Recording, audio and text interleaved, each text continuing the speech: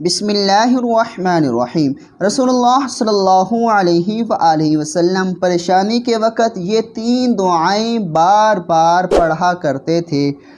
آپ پر بھی جب مشکل وقت آئے، پریشانی آئے، کوئی مصیبت آئے تو آپ نے ان 3 دعاؤں کو بار بار پڑھنا ہے۔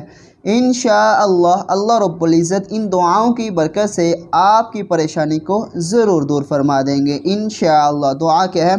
نمبر 1، لا الہ الا اللہ العظیم الحلیم، لا الہ الا اللہ رب السماوات ورب الارض ورب العرش العظیم۔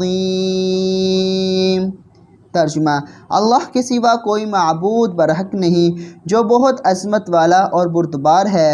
اللہ کے سوا کوئی معبود برحق نہیں، وہ زمین، آسمان اور عرش عظیم کا رب ہے۔ نمبر 2، لا الہ الا انت سبحانک انی کنت من الظالمین۔ ترجمہ: الہی تیرے سوا کوئی الہ نہیں، تو پاک ہے، بے شک میں ہی قصوروار ہوں۔ نمبر 3،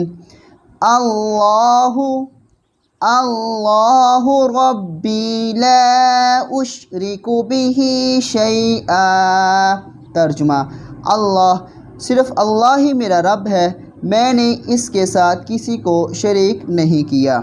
اللہ تعالیٰ سے دعا ہے اللہ تعالیٰ ہم سب کو ان دعاؤں کو مشکل وقت میں بار بار پڑھنے کی توفیق عطا فرمائے اور ہم تمام مسلمانوں کی پریشانیوں کو دور فرمائے، آمین ثم